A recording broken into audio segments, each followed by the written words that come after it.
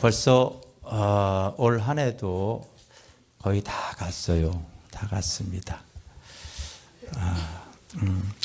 올 한 해는 특이하게도 우리 교회 주변의 어르신들이 1월 신정 첫째 주부터 이렇게 한 30여 분이 오시기 시작하셨어요. 근데 이 첫째 주부터 오시기 시작하신 분들이 지금도 계속 오시는 분이 있는지 모르겠어요. 첫째 주부터 한번 쭉 오신 분 한번 계시나 한번 손 들어보세요. 몇 분이나 계시나? 한번 손 들어보세요. 한 10분 정도가 계시는 것 같아요. 10분 정도 계시는 것 같아요. 근데 첫째 주서부터 시작이 한 어르신분들이 한 30여 분 오셨는데, 요즘 이렇게 이제 12월 달 되니까 어르신들이 요즘 한 8, 90분 정도까지 이렇게 지금 오고 계세요. 오고 계십니다. 이렇게 숫자가 더 이제 많이 늘어났어요. 많이 늘어나셨고, 내년에는 내가 생각할 때는요, 더 늘어날 것 같아요. 예수님께서도 이 땅에서 사역을 하실 때에 예수님이 그 은혜와 사랑을 사람들에게 많이 주니까요, 그 모이는 수가 점점 늘어났어요. 그래서 이제 빈들에서 복음을 증거하시려고 할 때에 사람들이 이렇게 많이 따라왔어요. 근데 그 수가 이렇게 이 어린아이나 여자들을 빼고도 한 숫자가 한 5천 명이나 되어지는 많은 사람들이 몰려온 거예요. 저녁이 되어져서 제자들이 그렇게 말했어요.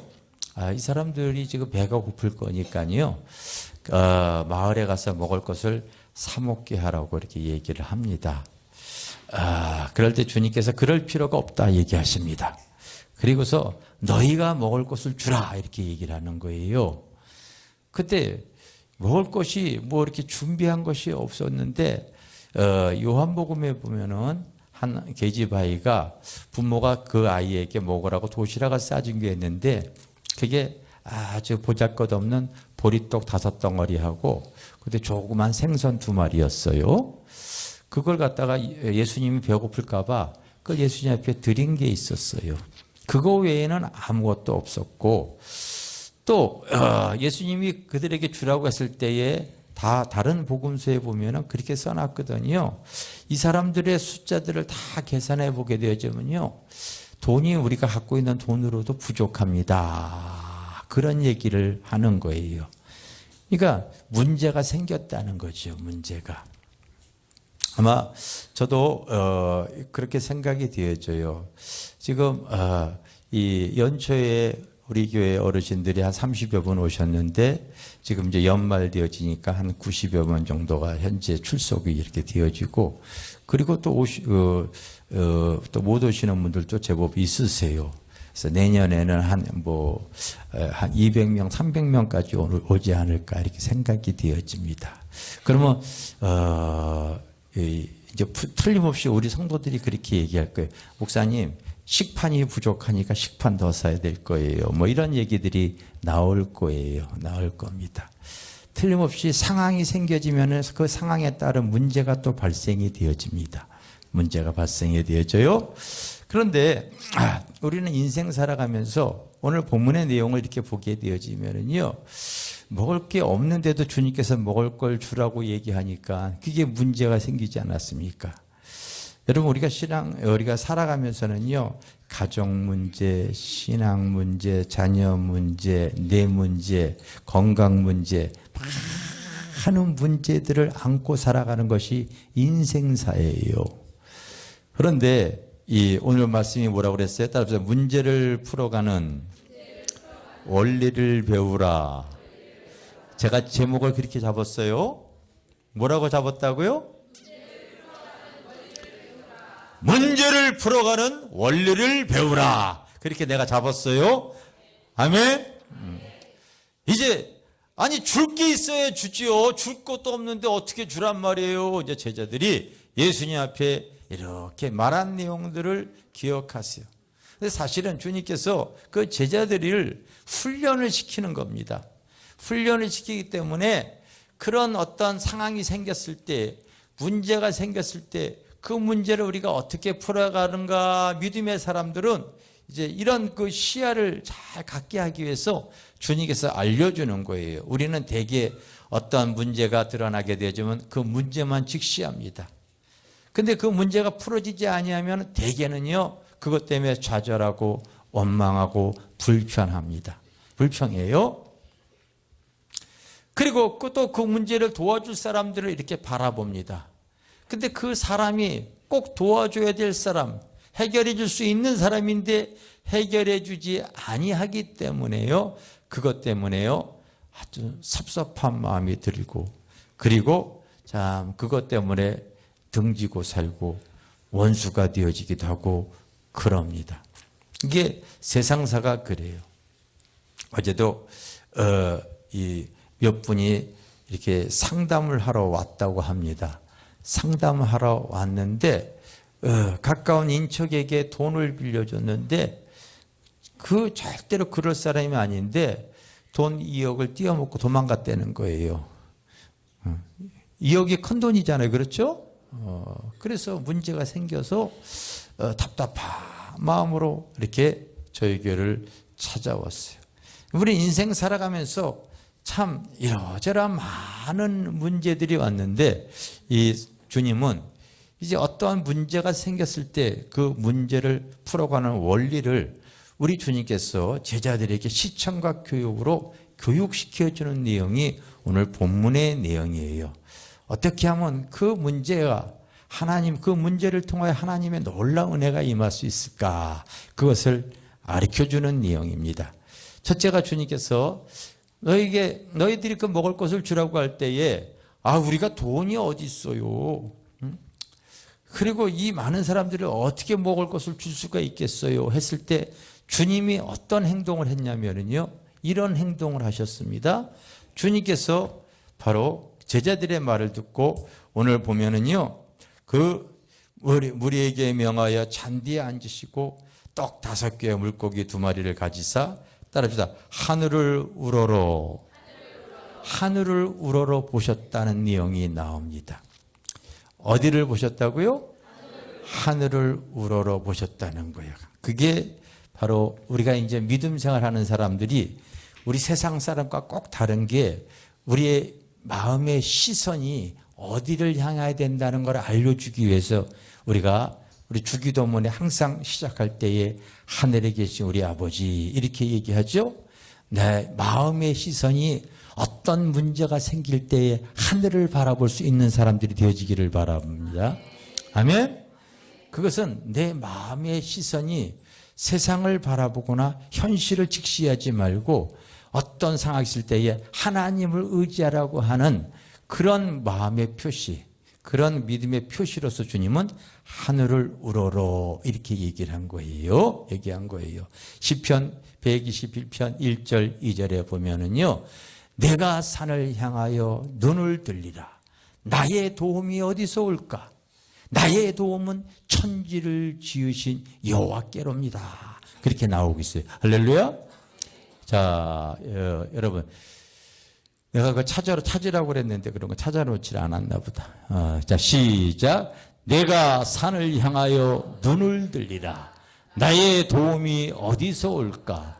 나의 도움은 천지를 지으신 여호와께로다. 그러니까 내가 산을 향하여 눈을 들려고 하는 것은 바로 하나님을 어떤 상황이 됐을 때 그 내 마음의 시선이 바로 주님을 바라보고 그 전능자를 바라보라는 거예요. 알겠어요?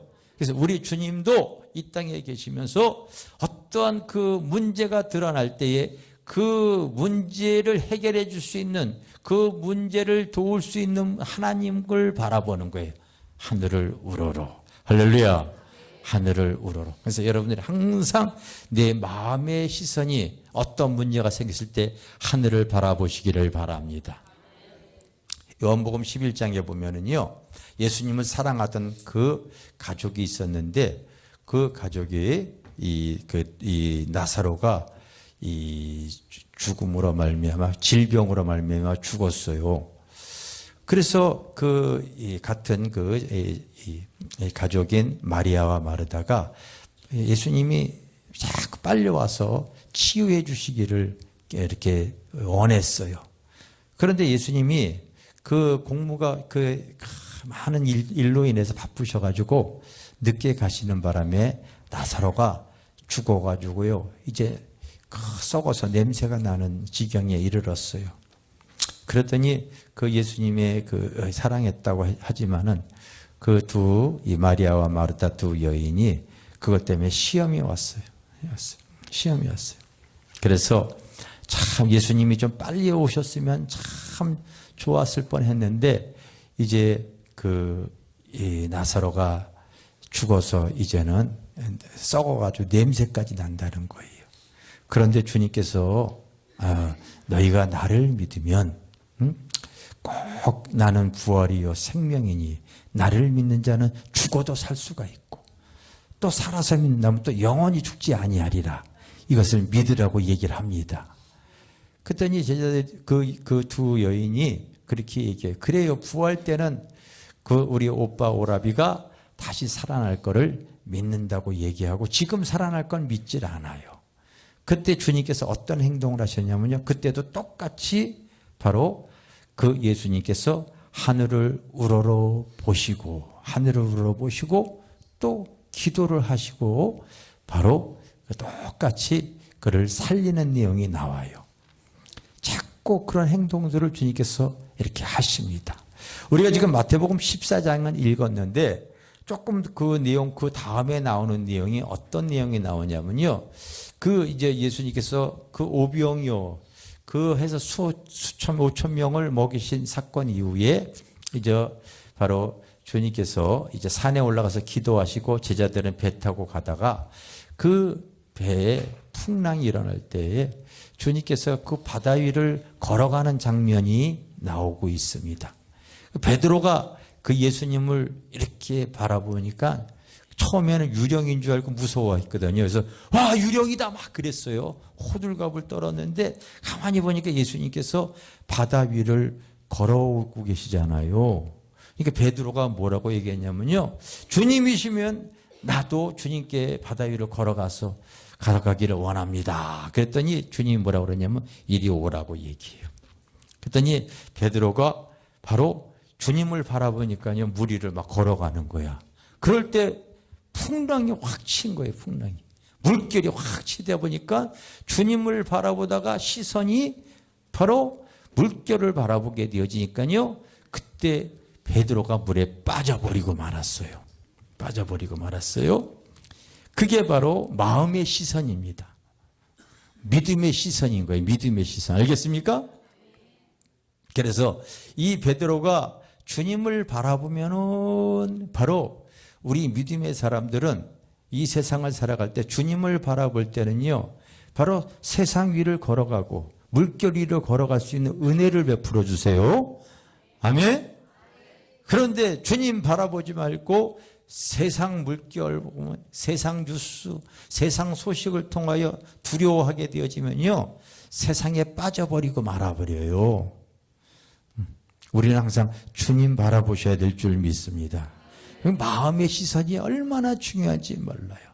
그 수많은 이스라엘 백성들이 하나님의 놀라운 능력으로 이집트에서 벗어나가지고요.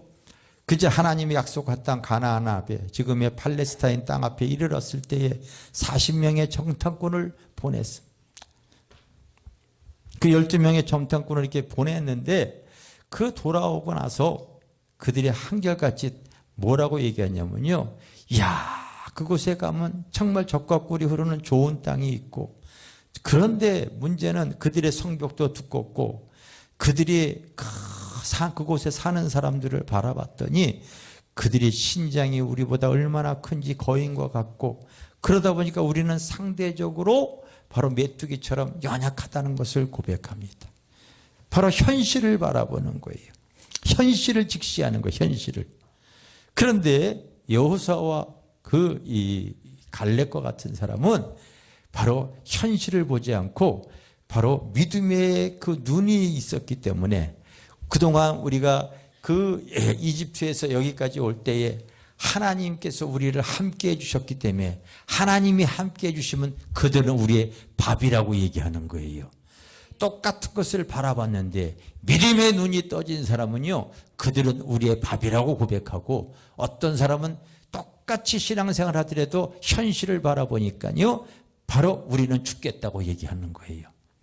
여러분, 내 입에요, 자꾸 힘들다, 어렵다, 그렇게 불평이 나오는 것은요, 현실의 문제가 자꾸 생기고 현실만 바라보기 때문에 그러는 거예요. 우리 신앙생활하는 사람들은 어떠한 현실을 통하여 바로 그 문제를 하나님께 의탁하시기를 바랍니다. 하나님께 시선을 돌리시기를 바랍니다. 그 문제를 주관할 수 있는 하나님을 의지하시기를 바랍니다. 그럴 때 하나님께서는 도우시겠다고 약속한 거예요. 할렐루야. 인생 살아가다 보면은요, 많은 문제들이 내 앞에 있어요. 내 개인의 문제, 그 자녀 문제, 남편 문제, 아내 문제, 가정 문제, 직장 문제, 많은 문제들이 우리 앞에 오는데요, 현실을 직시할 때는요, 근심, 걱정이 오고, 그 문제가 해결되어져야 하냐면 좌절하고, 아유, 교회에 다녀도 안 되어져. 하나님 믿어도 안 되죠. 사실은 하나님 안 믿고 있었어요. 주님은 그런 거를 우리에게 알게 하기 위해서 그런 어떠한 문제가 생겼을 때, 생활에 어떤 문제가 생겼을 때에 우리 주님은 하늘을 우러러 보시고, 할렐루야. 여러분, 마음의 눈이 중요합니다. 내가 이 마음의 시선이 어떤 상이 됐을 때에 주님을 바라보시기를 바랍니다. 할렐루야. 내가 산을 향하여 눈을 들리라고 얘기하는 것은 그 말이 나의 도움이 위로부터 온다는 거예요. 위로부터. 그래서 믿음 생활은 바로 어떤 상황이 되었을 때 하나님을 바라보는 것이, 주님을 의지하는 것이, 나의 시선을 주님께 고정하는 것이 신앙생활인 줄 믿습니다. 할렐루야. 옆에 있는 분한테 얘기하세요. 어떤 문제와 상황이 생겼을 때에 문제만 바라보지 말고 주님께 의지하자. 주님께 시선을 두자. 할렐루야. 할렐루야. 무슨 말인지 아시겠어요? 근데 신앙생활 하는 사람들이요, 하나님 말씀을 이렇게 들을 때에 오병이어의 사건도 주님은 물고기 2마리에 보리떡 5개로 5,000명 먹이셨대. 와, 신기하다. 이러고 그냥 끝나려고 그래. 그게 아니라 주님은 그 내용을 통하여 우리에게 주시고자 하는 그 제자들을 훈련시키고 성도들을 훈련시키게 하기 위해서 주님이 일부러 시청과 교육으로 하늘을 우러러, 나도 하나님을 의지하여서 그분의 도움을 받기를 원한다는 거예요. 여러분도 그런 도움을 받으시기를 바랍니다. 할렐루야. 그런데 오늘 보게 되어지면 하늘을 우러러 축사하시고, 이렇게 내용이에요. 여러분, 이 복음서에는요, 마태복음, 마가복음, 누가복음, 요한복음, 이 오병이어의 사건이 다 기록이 되어져 있어요. 다 기록이 되어져 있습니다. 알겠어요? 그래서 여기에 보게 되면 마태복음은 오늘 14장에 나와 있지만은 또 마가복음은 똑같은 내용도 나오고 있는데 14장 19절에 보면은 그 똑같은 내용도 하늘을 우러러 축사하시고, 이 내용이 또 나와요. 또 나와요. 마가복음도 6장 41절에 보면은 하늘을 우러러 축사하시고, 똑같이 내용이 나옵니다. 물론 요한복음도 나와요. 그 똑같은 내용이 나옵니다. 주님께서 그 제자들을 앉게 하시고 축사하는 내용이 나옵니다. 한번 찾아보라고 그랬으니까 한번 찾아본 거 한번 읽어보겠습니다. 자, 이 마가복음 한번 요한복음부터 읽겠습니다. 요한복음 시작. 예수께서 떡을 가져 축사하신 후에 앉아있는 자들에게 나눠주시고. 자, 다른 거 보세요. 또 마가복음이나 누가복음도 보겠습니다. 똑같은 내용인데, 자, 마가복음도 읽겠어요. 시작. 예수께서 떡 5개와 물고기 2마리를 가지사 하늘을 우러러 축사하시고. 글자 하나도 안 틀리죠? 그러니까 마태도 그 자리에 있었기 때문에 그 내용을 쓴 거예요. 마가도 마찬가지로 그 내용을 쓴 거예요. 할렐루야. 자, 마가복음 안 본 것 같다. 마가복음. 아니 지금 누가복음 읽었잖아요.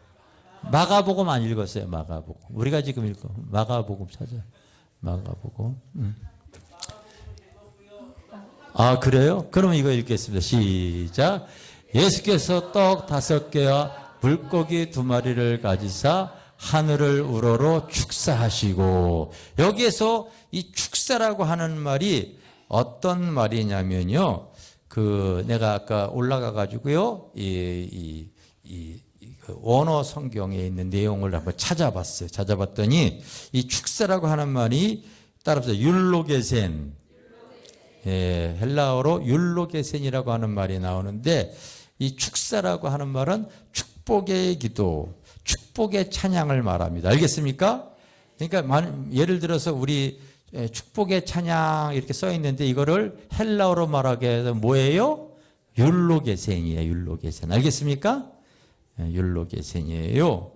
그런데 요한복음 아까 여러분들이 찾아 읽겠지만 똑같은 축사라는 말인데, 요한복음에는요 율로게센이라고 써 있질 않고 바로 뭐라고 써 있냐면요 유리카스테오 이렇게 써 있어요. 유카리스테오 이렇게 써 있습니다. 그러면 율로게센과 유칼리스테오는 벌써 말하는 것 자체도 굉장히 틀리죠. 뭔가 다른 의미가 있다는 뜻이에요. 알겠습니까? 똑같이 우리 이 성경에는 축사라고 되어져 있는데, 그 내용을 찾아보니까 율로게세는 축복의 기도, 축복의 찬양 이렇게 되어져 있어요. 되어져 있는데, 요한복음만큼은 다르게 유카리스테오 이렇게 써놨어요. 그래서 그 의미를 이렇게 찾아봤더니, 바로 이 유카리스테오는 바로 무슨 뜻이냐면, 따봅시다. 감사의 의미로 드리는 축복의 기도. 그냥 축복의 기도가 아니라 감사의 의미로 드리는 축복의 기도. 감사의 의미로 드리는 축복의 찬양이라는 거예요. 알겠어요? 알겠습니까? 그 차이가 있는 거예요. 차이 있는 거예요. 여러분, 우리가 이 내용을 잘 살펴보게 되어지면은 예수님께서 오병이어의 그 이적을 베푸실 때 먼저 축사를 하시는 거예요. 축복의 기도를 하시는 거. 알겠어요? 그 제자들에게는 이 많은 사람들에게 어떻게 먹을 걸 줄 수가 있겠어요? 이 문제를 어떻게 해결하려고 그렇게 장담하십니까? 줄 수도 없으면서 큰일 나시려고 그러세요? 있을 수 없는 행동을 하시네. 지금 문제를 주님께서 제기했고, 문제에 대해서 현실을 직시했던 제자들은 안 된다고 하는 답을 내리고 나서 지금 주님께서 하는 행동이에요. 여러분, 우리 인생 살아가면서 딱 그 문제가 해결할 수 없다고 하는 문제가 되어지면은요, 딱 어떻게 하게 되냐면, 어떤 사람들이 하늘을 우러러 보시긴 보여요. 내가 마음의 시선을 하나님께 의지하고 기도해야 되겠다고 해요. 어떠한 아픔, 어떠한 문제, 어떠한 상황이 생겼을 때 그게 현실의 벽이라고 생각이 되어지면요, 하나님께 기도합니다. 기도하면서 이렇게 얘기를 하는 거예요. 뭐라고 얘기되냐면요, 이 문제를 하나님께서 해결해 주시면 내가 나중에 꼭 감사를 하나님께 올리겠습니다. 이렇게 얘기해요. 이 문제가 꼭 해결되어지면 하나님께 꼭 간증하겠습니다. 은혜를 드러내겠습니다. 하나님께 감사헌금 드리겠습니다. 이렇게 표현한단 말이에요. 그런데 예수님은 이 문제를 해결하기 전에 먼저 무엇을 했냐면요, 감사가 왔어. 우리는 대개 해결한 후에 감사하잖아요. 그렇죠? 어떤 문제가 해결이 되어졌을 때 감사를 드리는데, 예수님은 바로 제자들에게 무엇을 가르쳐 주기로 원하냐면요, 그 문제조차도 해결하기 전에 먼저 감사의 기도를 드리는 거야. 그 문제의 주관자도 하나님이기 때문에 그 문제를 통하여 모든 것이 합력하여 선을 이루는 그 하나님을 믿기 때문에 문제가 해결되기 전에 먼저 감사의 기도를 드리는 거야. 그래서 나사로를 살릴 때도 보게 되어지면요, 예수님께서 그 요한복음 11장 41절에 보면은 아버지여 나의 기도를 들으신 것을 감사하나이다. 먼저 하나님께 감사의 기도를 드리고 죽은 나사로의 문제를 해결하는 거야. 할렐루야. 여러분, 내가 여러분들에게 설교할 때에 요나서 설교를 많이 하죠. 그런데 요나서에 보면 요나서 2장 9절에 그런 내용이 나와요. 이 요나가 물고기 뱃속에 있을 때에 하나님 앞에요 기도하고 나서 나는 하나님께 감사하는 목소리로 주께 제사를 드리며 구원은 여호와께 있나이다 이렇게 얘기해요. 그러면 요나가 물고기 뱃속에서 지금 나왔어요? 안 나왔어요? 안 나왔는데도 그의 입술이요 감사의 목소리를 하나님께 제사를 드린대. 할렐루야. 여기에 여러분 큰 은혜가 있는 거야. 우리 믿음의 사람은 문제가 있을 때 여러분 하나님 말씀 알지 못하는 사람은 문제를 통하여 해결 안 된다고 원망 불평 좌절해버리고 말잖아요. 그런데 믿음의 사람이 큰 사람은요 이제부터는 그렇게 여러분 스스로 살아가지 마시고 그 문제를 하나님께서 통하여 모든 것이 합력하여 손을 이시는 그 하나님을 내가 믿기 때문에 그 문제조차도 하나님께 의탁하고 감사로 시작하시기를 바랍니다. 해결된 후에야 감성금 되는 게 아니라 해결된 후에야 하나님께 영광 돌리는 게 아니라 해결되기 이전에도 모든 것을 주께 감사하시기를 바랍니다. 여러분 모든 것이 합력하여 손을 이루다고 하는 로마서 11장 18절의 말씀은요 모든 상황, 모든 사랑, 모든 사람, 모든 문제 이런 것들을 다 치리할 수 있는 분이 하나님이라는 걸 믿기 때문인 거예요. 알겠어요? 그래서 우리 믿음의 부유한 사람은요 벌써 문제가 해결이 되어져야지만이 아니에요. 처음에 눈물로 시작을 하더라도 꼭 일어나는 나의 그 무릎에는요 감사로 끝내시기를 바랍니다. 그게 내 믿음대로 되어지는 거예요. 할렐루야. 할렐루야. 그래서 우리는 어떤 문제, 생활의 문제, 삶의 문제, 공고한 문제들이 있을 때에 하늘을 꼭 바라보시기를 바랍니다. 마음의 시선을 주님께 두시기를 바랍니다. 그리고 항상 그 문제를 통하여 그냥 기도로 축사로 끝나는 것이 아니라 그 요한복음에 보게 되지만요 바로 감사로서부터 나가는 거예요. 그 문제도 하나님께서 무언가 나에게 깨닫고 주실 은혜가 있기 때문에 시작 전부터 그 아픔도 그 상황도 하나님 내가 알지 못하는 부분이 있고 내가 해결해야 될 부분들이 있고 소유되어질 부분이 있기 때문인데 그것이 꼭 나중에 감사의 재료가 되어질 줄 믿습니다. 감사로서 꼭 나가시기를 바랍니다. 그게 믿음의 부유한 자예요. 할렐루야. 그래서 여러분들이 꼭 어떤 상황이 됐을 때에 그것을 여러분 현실만 직시하면 절대 불평합니다. 안 된다고 합니다. 그런데 안 된다고 하지 마시고 그 문제를 통하여 주님께 그 문제를 바라보시기를 마음의 시선을 주님께 두시기를 바랍니다. 그리고 감사로서 그것이 그 문제까지도 주신 하나님 앞에 내가 감사로서 고백하며 나아가시기를 바라겠습니다. 할렐루야. 할렐루야. 앞으로 그렇게 하시길 줄 믿습니다. 옆에 있는 분들 당신도 그렇게 하시길 믿습니다.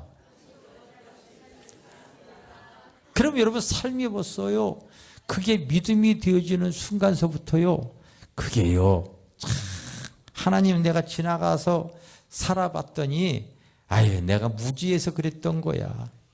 그러니까 시작부터 그게 다 감사한 조건이었더라고. 이제 그 고백이 툭 터져 나오는 거예요. 할렐루야. 요즘 사람들이 살기 어렵다고 그래요. 물질 문제 때문에. 나는 여러분 IMF 때 교회 개척했는데 그때 성도 하나도 없었어요. 돈도 하나도 없었어. 도와줄 사람도 하나도 없었어요.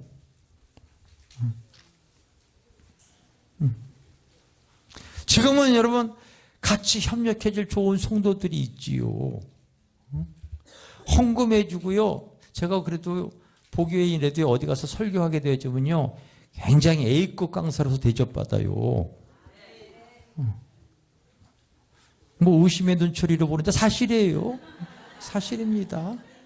근데 예전에 어디 가도요, 돈은커녕 마이크조차도 못 잡아봤어.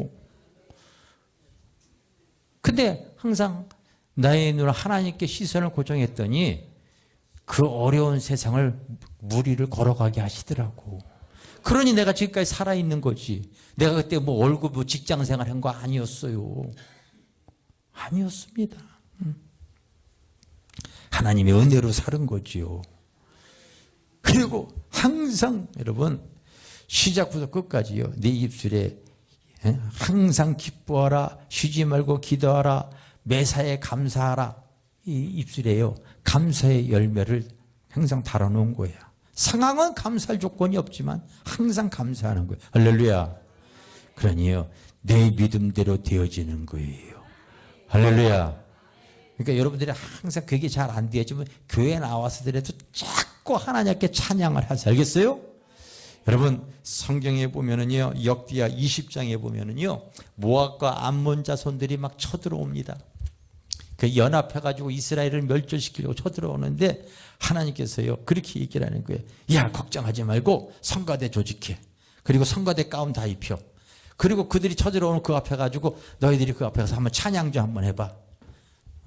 감사의 찬양 좀 한번 올려봐라. 그러면 내가 하늘에 천구를 내려서 그들이 갖다가 박살내겠다. 그래서 그렇게 한번 실제로 해결이 되어지기 전에 그들이 그렇게 나가본 거야. 할렐루야. 믿음으로 행한 거 알겠어요? 아니나 다를까 하나님께서 하나님의 천군을 통하여 그들이 서로 지리별렬하여 싸움질하고 그래서요 박살이 나는 겁니다. 우리는 여러분 하나님께서요 때로는 우리가 믿음을 보시기 위해서 우리를 훈련할 때도 있어요. 그렇지만은 우리는 자꾸 하나님의 말씀을 듣고 믿음으로 나아가시기를 바랍니다. 할렐루야. 오늘 근데 오늘 본문에 보게 되어지면요, 그 오병이어의 사건이 딱 되어지고 났을 때에 우리가 읽질 않았지만 21절에 보면은 이런 내용이 기록이 되어져 있어요. 이제 오병이어의 사건에 대해서 끝나고 나서 예수께서 즉시 제자들을 재촉하사 자기가 무리를 보내는 동안에 배를 타고 건너편에 가게 하시고, 그리고 주님은 바로 따로 기도하러 산으로 올라가시니라. 그런데 바로 마태복음뿐이 아니라 다른 복음서에도 보게 되면 바로 즉시 재촉하사 그 얘기가 똑같이 나옵니다. 다른 복음서에도. 그렇다면 여러분 우리 같으면 오병이와 같은 놀라운 일이 벌어졌을 때는요, 이야 그 기쁨과 그 하나님의 영광과 은혜를 갖다가요 누리고 싶어서 축제를 벌일 거야.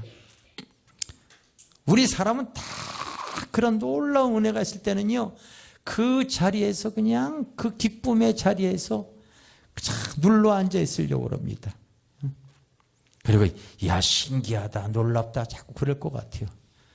그런데 오병이어 사건에 의해서 막 야 빨리빨리 다 먹었어 가 빨리 와 가 하고, 그리고 제자들은 야 너희들은 빨리빨리 면허폰으로 가야 돼.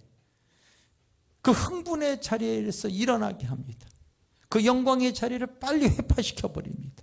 우리는 안 그래요, 여러분. 어떤 큰 은혜와 큰 역사가 드러났을 때는요, 그 기쁨의 영광의 자리를 지리히 그냥 보존하려고 하죠. 어떤 문제가 해결됐을 때에 이제 더 이상 그 문제에 대해서 그 자리에서 차고 앉아가지고요, 더 이상 하나님 의지하지 않으려고 그러는 사람들이 참 많아요. 여러분 우리는요 그 한 자리에서 그냥 주저앉아 있어야 되는 것이 아니라 우리 주님은 사실은요 사명의 자리로 더 나아가야 되고요, 하나님 옆에 기도의 자리로 나아가. 왜? 하나님의 뜻을 이루어가야 되기 때문에 그런 거예요. 대부분의 많은 사람들이 문제가 해결되어지면요, 그 자리에 그냥 주저앉아 버리는 사람들이 너무나 많습니다. 하나님, 나 결혼시켜 주세요. 결혼하게 되면은요, 내가 예수님 잘 믿겠어요. 근데 그 결혼을 하고 나면은요, 사실은요, 이제 결혼해서 그 문제가 해결이 되어졌잖아요. 해결이 되어졌기 때문에 더 이상요, 주님 의지하는 자리에 나가지 못하고 방구석에 앉아있는 경우가 되게 많아. 진짜 많아요. 질병 문제 해결해 주세요. 질병 문제 해결해 주세요. 막 기도해요. 큰 질병 문제 해결해 주면은요, 그 자리에서 더 이상 더 하나님 의지하지 않는 사람이 많아. 그것으로서 그냥 끝쳐지는 사람이 너무나 많은 거예요. 그런데 주님께서는요, 바로 그런 우를 성도들이 그 범할까봐 그 오병이의 사건에 그들을 즉시 재촉해서 더 이상 여기에서 더 이상 머물러 있을 필요가 없어. 왜? 우리는 더 하나님의 그 원하시는 뜻대로 살아야 되기 때문에 주님은 기도의 자리로 나아가십니다. 제자들에게 사명의 자리로 이끌어 나가십니다. 우리는 여러분 항상 하나님의 은혜의 자리로, 믿음의 자리로, 하나님이 원하시는 순종의 자리로 나갈 수 있도록 하나님은 이끌어 가시는 줄 믿습니다. 한 번의 어떤 오병이의 사건으로서 그 하나님의 귀한 은혜로 주저앉아 있지 말고 우리는 항상 믿음의 자리로 나아갈 수 있는 성도의 길을 걸어가시기를 바랍니다. 왜? 하나님은 우리를 통하여 하고자 하는 일들이 많이 있는 거예요. 여러분, 오늘의 말씀을 여러분들도 생각하시기를 바랍니다. 우리는 인생 살아가면서 너무나 많은 문제들이 현실적으로 다가오고 있습니다. 그럴 때에 현실을 직시하지 마세요. 현실을 바라보면은요, 그게 해결이 안 될 때는 항상 좌절해요. 그러나 그 문제를 통하여 하나님을 바라보시기를 바랍니다. 주님 의지하시기를 바랍니다. 아멘. 그리고 그 문제를 주님께서 꼭 해결할 줄 믿고 감사로 시작하시고 감사로 끝날 수 있는 믿음의 성도가 되어지기를 바랍니다.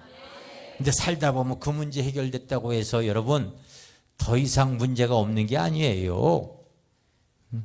우리는 죽을 때까지 여러분 갖가지 일들로 문제가 네 앞에 다가오고 있어요. 할렐루야.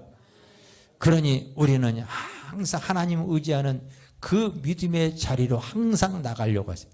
한 번의 문제를 통하여 거기에서 그냥 주저앉아 있으려고 하는 그런 여러분 모습은 주님이 원치 않았기 때문에 그 오병이의 자리에서 끝쳐 있지 않고 빨리 그 자리를 회파시켜버립니다. 또 사명의 자리로 믿음의 자리로 나갈 수 있도록 하나님 이끄시는 거예요. 우리에게도 나는 왜 그때는 그 하나님이 그런 은혜를 베풀어 줬는데 지금은 왜 이런 은혜를 베풀어 주시지 아니할까? 지금 내가 다시 주님의 시선을 맞추지 않고 있기 때문이라는 것을 여러분 보시고서 하나님과 믿음의 시선을 가지시기를 주님의 이름으로 축원합니다.